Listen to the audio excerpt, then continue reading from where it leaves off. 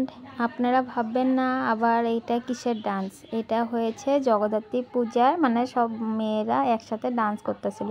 তা আমি সেখানেই গিয়েছিলাম। আপনাদের কাছে আর পুরাটা শেয়ার করি নাই, আমি অল্প একটুই শেয়ার করলাম, যেহেতু আমরা রাত্রেবেলায় গিয়েছিলাম তো তার জন্য। তারপরে যে সিধা চলে আসলাম ঠাকুরের এখানে, যেহেতু পূজাতে এসেছি তো ঠাকুরের কাছে তো আগে নমস্কার করতে হয় না, তার জন্য ঠাকুরের কাছে আসলাম।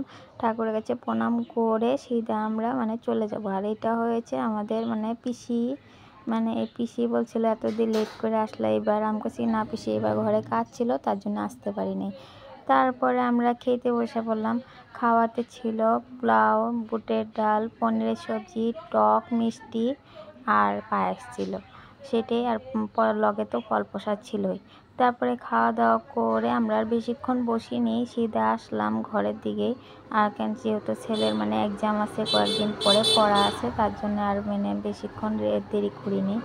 তারপরে আর এখান থেকে খাওয়া দাওয়া করে এখন আমরা মানে করবো। তোমাদের দাদাই আমার ভিডিওটা করে দিয়েছিল, তার জন্য আপনাদের কাছে আমি শেয়ার করতে পারলাম, নাহলে আমার আর করা হতো না, আপনাদের কাছে আমি শেয়ারও করতে পারতাম না।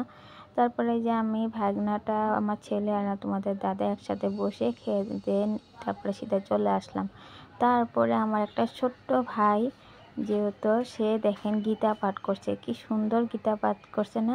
কমেন্টে কিন্তু অবশ্যই জানাবেন কেমন হয়েছে। যদি ভালো লেগে থাকে অবশ্যই একটা লাইক কমেন্ট শেয়ার করে দিবেন, আমার পাশেই থাকবেন। Bye bye.